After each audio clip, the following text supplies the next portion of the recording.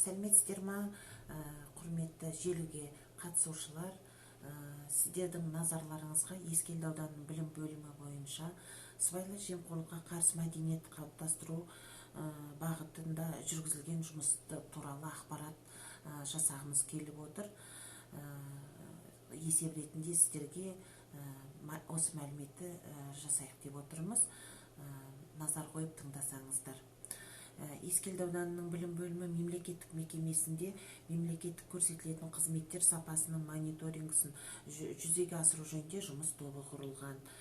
Жоспарға сәйкес барлық мемлекеттік көрсетілетін қызметтер жеке және заңды тұлғаларға тегін көрсетіледі. Елбасы алға тартқан адалдық алаңы міндетті аудандық білім беру мекемелері мен қоғамдық ұйымдар жұмысының темірқазығына айналып отыр. Жемқорлықпен күрес арнайы дайындалған Қазақстан Республикасының 2015-2025 жылдарға арналған стратегиясын іске асыру негізінде жүзеге асырылуда.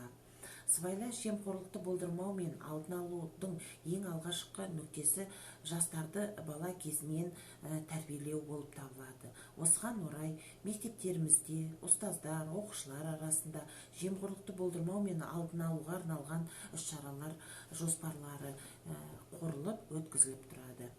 Ескелді ауданы бойынша 30 мектеп, 9 мемлекеттік балабақша, 2 жекеменшік нысандағы балабақша жұмыс жасап тұр. Білім беру жүйесінде жемқорлық тәуекелдерін төмендету бойынша бірқатар жұмыстар атқарылуда. Атап айтқанда, Ескелді ауданының білім бөлімі және оның бағынысты ұйымдарының қызметіне тұрақты түрде талдау жүргізіледі. Білім беру мекемелерінде мектептің немесе сыныптың қосымша қажеттіліктері үшін ақша жинау және мерзімдік баспаларға жазу, өзге де мақсаттарға қаражат жинауға тыйым салынған.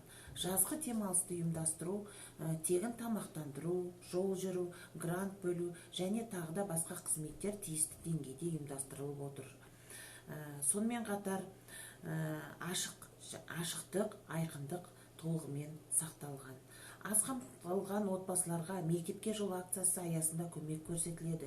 Мемлекеттік көрсетілетін қызметтер, орысша айтқанда госуслуги, аудандық білім бөлімі 21 түрлі мемлекеттік қызмет және мектептер арты түрлі мемлекеттік қызмет көрсетеді.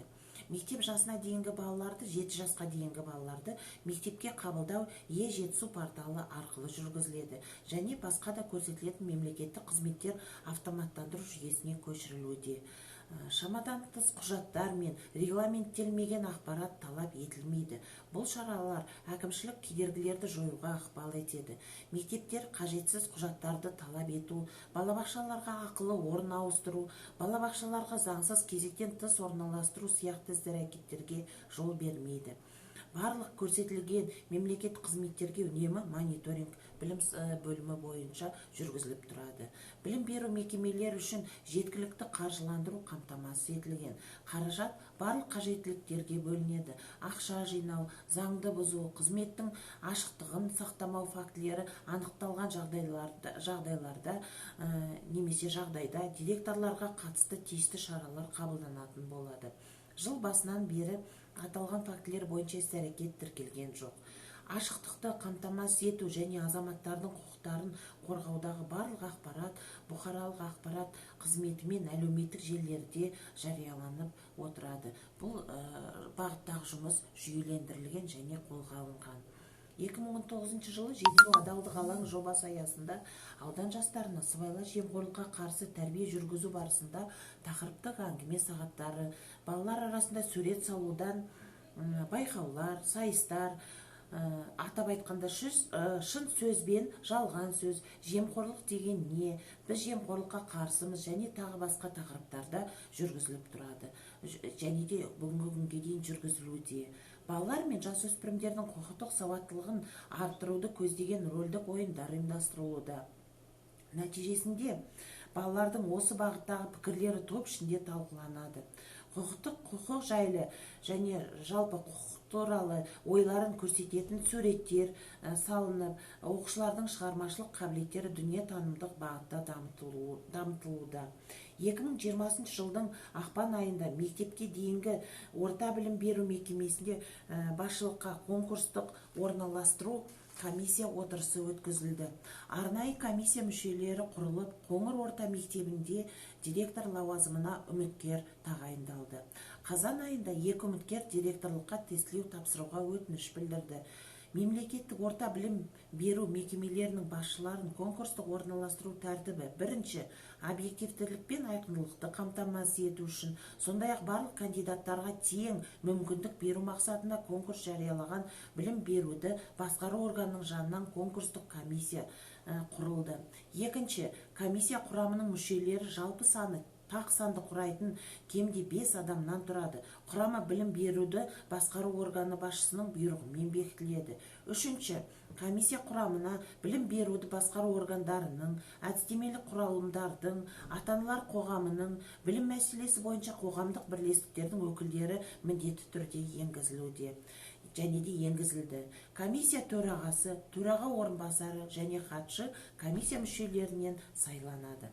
Төртінші, комиссияның әр отырысқа қатысқан төраға, комиссия мүшелері және хатшы қол қойған хаттамамен рәсімделеді. Бесінші, комиссия отырысы оның жалпы құрамынан кемінде 2-ден 3 мүшелері қатысса, отырыс өткізілді деп саналады, ал оның шешімі заңды деп есептелінеді. Алтыншы, комиссия конкурс өткізу мерзімін, орнын және тәртібін айқындайды. Конкурстық орналастыру туралы хабарландыру мәтінін жазады. Бұқаралық ақпарат құралдарында, білім беруді басқару органының ресми сайтында хабарландыруды жариялауды қамтамасыз етеді.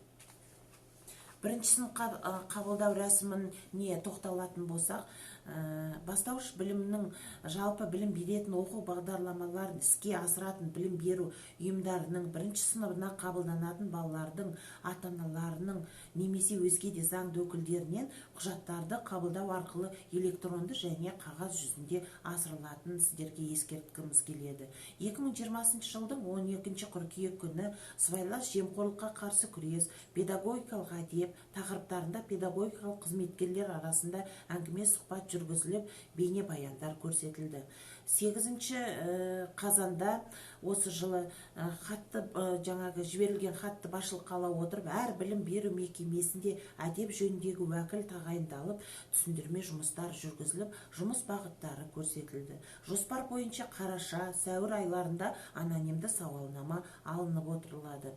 Қазірдің өзінде, мінекей біз кеше ғана сілтемесін жібердік, құрметті желіге қатысушылар, оқушылар арасында, ата-аналар арасында және педагог қызметкерлер арасында сауалнама жұмыстары өтіп жатыр.